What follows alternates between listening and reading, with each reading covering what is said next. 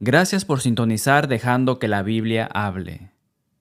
Estamos comprometidos a seguir el ejemplo del apóstol Pablo, quien dijo en Hechos capítulo 20 versículos 26 y 27: Estoy limpio de la sangre de todos, porque no he rehuido anunciaros todo el consejo de Dios. Abordaremos los fundamentos del Evangelio, pero también discutiremos temas bíblicos controvertidos que otros evitan. Patrick Henry dijo una vez: Ya he repartido todos mis bienes a mi familia. Una cosa más que desearía poder darles es la fe en Jesucristo. Si tuvieran eso, y yo no les hubiera dado ni un solo chelín, habrían sido ricos. Y si no tuvieran eso, y yo les hubiera dado todo el mundo, serían verdaderamente pobres. Patrick Henry era un padre que tenía bien sus prioridades. Si usted es un padre, ¿usted también tiene bien sus prioridades? David advirtió en el Salmo 11, versículo 3: Si fueren destruidos los fundamentos, ¿qué ha de hacer el justo? Y así, no sorprende que el diablo esté socavando los cimientos del hogar con el mazo del egoísmo, el martillo neumático de la codicia y la dinamita de la falta de respeto. Esta mañana y el próximo domingo notaremos el programa de mantenimiento preventivo prescrito por Dios en el quinto mandamiento de Éxodo capítulo 20, versículo 12. Honra a tu padre y a tu madre, para que tus días se alarguen en la tierra que Jehová, tu Dios, te da. Es importante entender que este mandamiento está dirigido tanto a los padres como a los niños. Piénselo. ¿Cómo aprenderá un niño de 1 año, 2 años, 3 años a honrar a su padre y a su madre? Mamá y papá deben enseñarle, deben capacitarle. Si no lo hacen, ¿cómo aprenderá el niño a obedecer este mandamiento? Había mucho en juego bajo la ley de Moisés por el fracaso aquí. Si los padres fallaban en enseñar este mandamiento, o si sus hijos lo ignoraban, los israelitas tenían la orden de apedrear a estos niños hasta que murieran. La ley de Cristo pone la misma carga, la misma responsabilidad de enseñar y capacitar a los padres de hoy. Veremos esta mañana lo que significa este mandamiento para nosotros como padres, después de nuestro himno. Aunque los cristianos no vivimos bajo la ley de Moisés, sino bajo la ley de Cristo o el Nuevo Testamento, es obvio que este mandamiento tiene aplicación universal. Encontramos que el Espíritu Santo enfatiza la misma verdad en Efesios capítulo 6, versículos 1 al 4. Hijos, obedeced en el Señor a vuestros padres, porque esto es justo. Honra a tu padre y a tu madre, que es el primer mandamiento, con promesa, para que te vaya bien y seas de larga vida sobre la tierra. Y vosotros, padres, no provoquéis a ira a vuestros hijos, sino criadlos en disciplina y amonestación del Señor. Y de nuevo, en Colosenses capítulo 3, versículo 20, Hijos, obedeced a vuestros padres en todo, porque esto agrada al Señor. Pero ¿cómo exactamente educamos a nuestros hijos para que nos honren? ¿Cómo ayudamos a prepararlos para obedecer este mandamiento? En primer lugar, ambos padres deben estar orientados a la familia. No hay mejor manera de ayudar a tus hijos a honrarte a ti que honrando a tu cónyuge. Sin duda, eso es parte de la sabiduría detrás de la enseñanza de amar y honrar a nuestro cónyuge en Efesios capítulo 5. En criar a tu hijo desde el nacimiento hasta los 12 años, los psicólogos Paul Meyer y Donald E. Radcliffe presentan los hallazgos de un estudio fascinante que muestra la conexión entre la calidad de la relación padre-hijo y la relación matrimonial con la calidad de la salud mental del niño. Ellos escriben: el número más bajo de problemas psicológicos, 5%, se encuentra en familias donde los padres tienen buenas relaciones entre ellos y con sus hijos, mientras que el número más alto de problemas se encuentra donde ambas relaciones son débiles, 90%. Pero es más probable que los niños, 40%, tengan problemas cuando los padres no se llevan bien. Incluso más problemas, 25%, que si los padres no tienen buena relación con los niños. Obviamente, esta asociación entre las buenas relaciones matrimoniales y la salud psicológica de los hijos también se traduciría en el bienestar espiritual positivo de nuestros hijos. Se lo debemos a nuestros hijos para mantener nuestros matrimonios fuertes. Irma Bumbeck escribió: cuando era niña, un padre era como la luz en un refrigerador. Cada casa tenía uno, pero nadie sabía lo que ninguno de ellos hizo una vez que se cerraba la puerta. Padres, no puede ser así en el hogar cristiano. Papá debe estar disponible. Mamá y papá deben estar en el centro de la vida de sus hijos para guiarlos, dirigirlos, alentarlos y corregirlos. Mamá tiende a entender esto mejor que papá, pero el mandamiento en Efesios capítulo 6 está dirigido directamente a papá. Padres, criadlos. Sí, es pecado no proveer para los nuestros. Esto hace que un padre cristiano sea peor que un incrédulo. Segunda de Tesalonicenses capítulo 3 y Primera de Timoteo capítulo 5.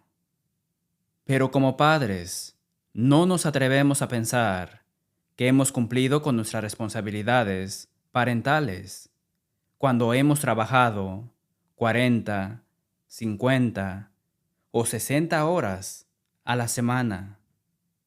Hemos segado el césped y sacado la basura. El Espíritu Santo dice: papá, tú debes criarlos. Tú debes dejar otras cosas a un lado. Debes invertir tiempo de calidad, pero también debes poner tiempo en cantidad. No hay sustituto para jugar con ellos a lo que quieran jugar, contarles historias bíblicas en tu regazo, llevarlos a pescar, enseñarles lo que significa ser un niño o una niña. Considera el consejo de Carl Sandburg: el tiempo es la moneda de tu vida. Es la única moneda que tienes y solo tú puedes determinar cómo se gastará. Ten cuidado de no dejar que otras personas la gasten por ti. El rey David representa una de las mayores tragedias de crianza de la Biblia en 2 de Samuel, capítulos 13 al 18. Obviamente, se extralimitó, empacó demasiado en su vida personal, además de una carga de trabajo ya pesada. Henry Ford dijo: una debilidad de todos los seres humanos es tratar de hacer demasiadas cosas a la vez. Eso dispersa el esfuerzo y destruye la dirección. Genera prisa y la prisa genera desperdicio. Esto es ciertamente cierto cuando se trata de administrar las responsabilidades de los padres. La vida familiar de David demuestra esta verdad. Piénselo, ¿cómo es posible que David atienda su reino, cultive la intimidad con 8 esposas y brinde el apoyo necesario para sus 19 hijos e hijas? Josh McDowell dijo una vez: las reglas sin relación conducen a la rebelión. David no tuvo el tiempo adecuado para cultivar relaciones y su familia cosechó rebelión a raudales. Un hijo, Amnón, forzó a su media hermana, Tamar. Entonces, el hermano de Tamar, Absalón, la venga matando a Amnón. Finalmente, Absalón despierta animosidad contra David, lo echa de Jerusalén y comete el último deshonor de violar a las concubinas de David. ¡Qué triste! Escuchen, padres, debemos comprometernos con nuestros hijos desde los pañales hasta el diploma. Criarlos requiere corregir, como veremos, pero también exige conectarse con ellos temprano y con frecuencia y mantener ese vínculo. En este proceso, simplemente no hay sustituto para el tiempo de cantidad y calidad. El Espíritu Santo nos amonesta aprovechando bien el tiempo.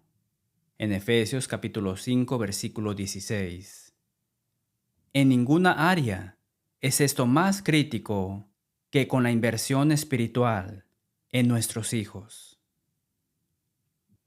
Un viejo farero trabajó en un tramo rocoso de la costa de Nueva Inglaterra a principios de siglo.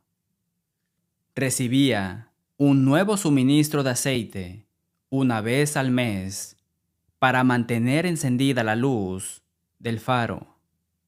No estando lejos de la costa, era bien conocido en un pueblo cercano. Una noche, una mujer del pueblo pidió prestado un poco de aceite para calentarse. En otra ocasión, un granjero pidió un poco de aceite para usar en su lámpara. Otro vecino necesitaba aceite para lubricar una rueda. El farero trató de complacer a todos y les dio aceite a todos. Pronto, su aceite se acabó y la luz del faro se apagó. Esa noche naufragaron varios barcos. Cuando las autoridades investigaron, el farero fue despedido.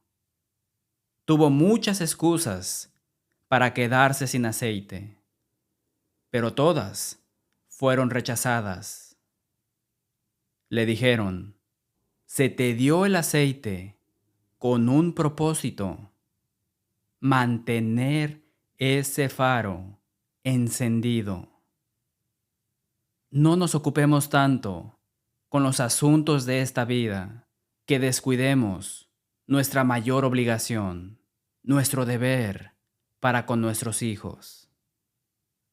Luego, padres y madres, no solo nos metemos en medio de la vida de nuestros hijos, sino que traemos a Dios con nosotros para fomentar y fortalecer su fe.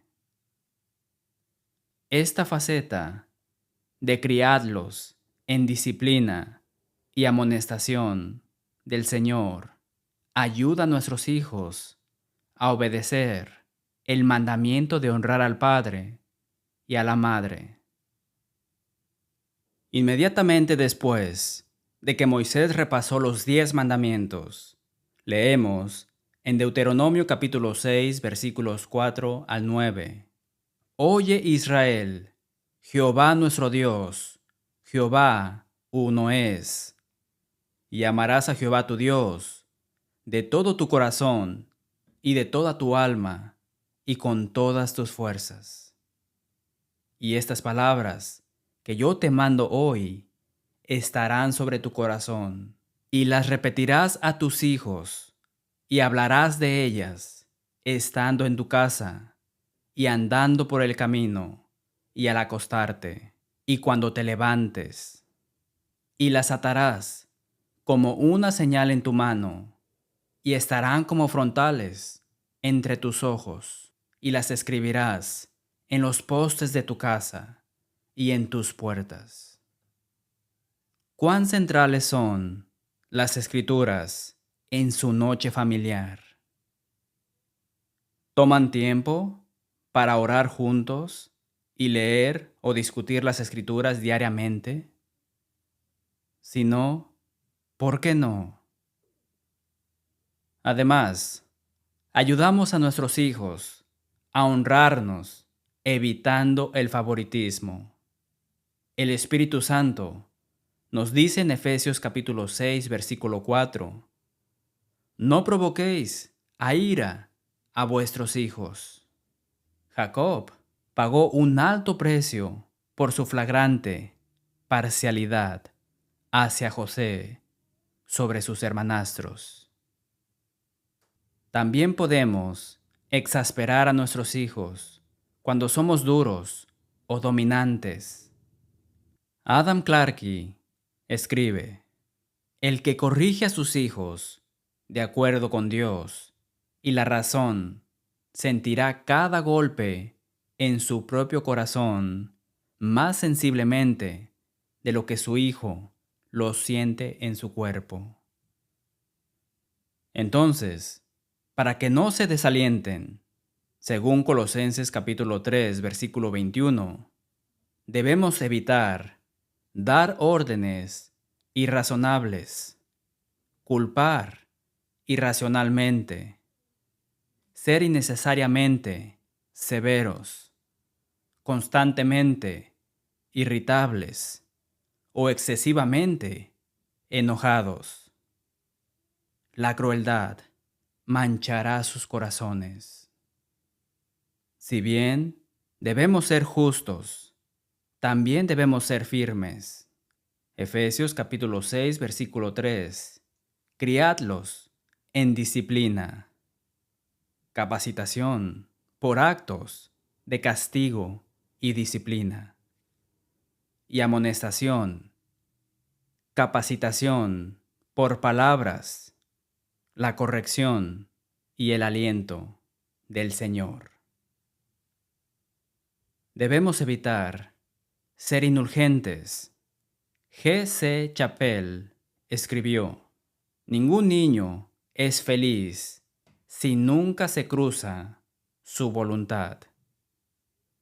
El hombre sabio nos instruye en Proverbios capítulo 22, versículo 6. Instruye al niño en su camino, y aun cuando fuere viejo, no se apartará de él.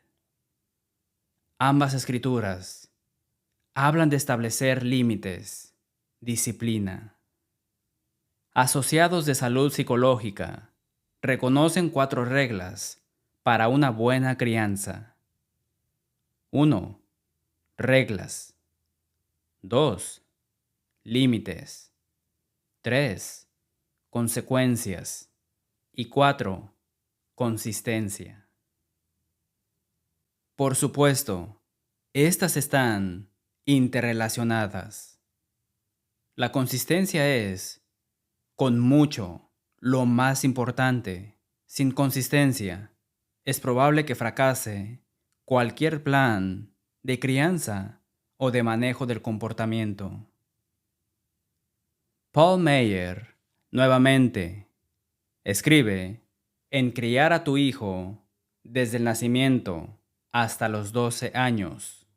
Los problemas emocionales no están tan estrechamente relacionados con la cantidad de disciplina recibida como lo son a cuán consistentemente se da la disciplina. Debemos ser consistentes en mantener los límites y las consecuencias de salirse de los límites. Qué frustrante sería jugar un partido de fútbol americano en el que el árbitro cambiara constantemente las reglas, en el que los árbitros sancionaran al jugador defensivo con una falta por rudeza innecesaria por taclear. Pero esto es fútbol americano. El jugador se opondría. Luego, en la siguiente jugada, cuando solo tocó al portador de la pelota, el árbitro no hizo sonar su silbato hasta que el corredor anotó. «Dijiste que era tocar», se quejó el jugador mientras se quitaba el casco con disgusto. Sin embargo, los padres hacen lo mismo que este árbitro imaginario cuando cambian las reglas y cambian las consecuencias por romperlas.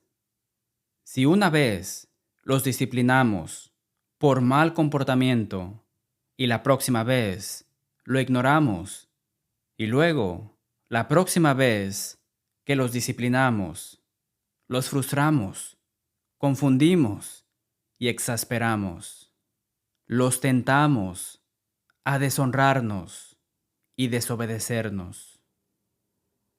Los límites son beneficiosos. El sumo sacerdote, Eli, fue reprendido por Dios porque no impuso límites consistentemente a sus hijos. En 1 Samuel capítulo 3, versículo 13. Y le mostraré que yo juzgaré su casa para siempre por la iniquidad que él sabe, porque sus hijos han blasfemado a Dios y él no los ha estorbado o refrenado. Escuche esto. El Señor le dijo a Eli en 1 Samuel capítulo 2, versículo 29, ¿por qué habéis hollado mis sacrificios y has honrado a tus hijos más que a mí? Dios responsabilizó a Eli por la falta de respeto de sus hijos. Él dijo, tus hijos no me honran porque tú los honras más que a mí. ¡Qué escalofriante reprimenda! Debido a que nunca aprendieron a honrar a su propio padre, los hijos de Eli no honraron a Dios. Los padres que quieren enseñar a sus hijos a honrarlos y honrar a Dios deben establecer límites claros. Lo que sus hijos pueden decir, vestir, ver, escuchar, qué amigos pueden tener, cuál es su toque de queda, cómo responden a los adultos, etc. Luego, deben hacer cumplir estos límites con amor, pero con firmeza. Si bien los padres piadosos evitan ser abusivos, también se dan cuenta de que el amor no siempre se siente bien. Hebreos capítulo 12, versículo 11. Es verdad que ninguna disciplina al presente parece ser causa de gozo, sino de tristeza, pero después da fruto apacible de justicia a los que en ella han sido ejercitados. Si tenemos en mente el mejor interés de nuestros hijos, no todo lo que hagamos para criarlos será agradable. Salomón secunda esta verdad en Proverbios capítulo 22, versículo 15. La necedad está ligada en el corazón del muchacho, mas la vara de la corrección la alejará de él. Mientras estaba en un safari africano, el autor, Philip Yancey, vio a una mamá jirafa patear a su bebé poco después de que naciera. Parecía que ella realmente lo estaba lastimando. Entonces, ella lo hizo de nuevo. Cada vez, la pequeña jirafa se levantaba sobre sus piernas, tambaleantes, y trataba de caminar. Ella siguió pateándolo. Finalmente, se levantó con bastante rapidez y se escapó de sus patadas. Yancey se volvió hacia su guía y le preguntó, ¿por qué la mamá jirafa hace eso? El guía respondió, la única defensa que tiene la jirafa es su capacidad para levantarse rápidamente y dejar atrás a su depredador. Si no puede hacer eso, será la cena de alguien. Lo que parecía cruel y despiadado era en realidad el mejor regalo que mamá jirafa podía dar: vida y seguridad. Y aunque por supuesto se debe evitar el abuso, a veces la disciplina parental efectiva funciona de la misma manera. Finalmente, debemos modelar la fidelidad. En este contexto, vale la pena repetir la sabiduría de Salomón. Proverbios capítulo 22, versículo 6. Instruye al niño en su camino, y aun cuando fuere viejo, no se apartará de él. Los padres y las madres influyen mucho en la dirección espiritual de sus hijos. Por eso, los ancianos deben tener hijos fieles. Cuando realmente los criamos, abrimos camino, modelando y elogiando los comportamientos correctos y corrigiendo el comportamiento inapropiado con actos de disciplina y palabras de amonestación. En el proceso, ponemos convicción en sus corazones. Los preparamos para defender lo correcto sin importar las consecuencias. ¿Qué hay de ti, papá? ¿Qué tan crítico es tu ejemplo? Un estudio realizado en Suiza por Werner Hack y Philip Warner encontró que si tanto mamá como papá asisten a la iglesia con regularidad, el 72% de sus hijos permanecen fieles. Si tan solo papá, el 55% permanece fiel. Si solo mamá, 15%. Si ninguno asiste regularmente, solo el 6% permanece fiel. Sin duda, nuestra capacitación más poderosa proviene de nuestras acciones, no de nuestras palabras.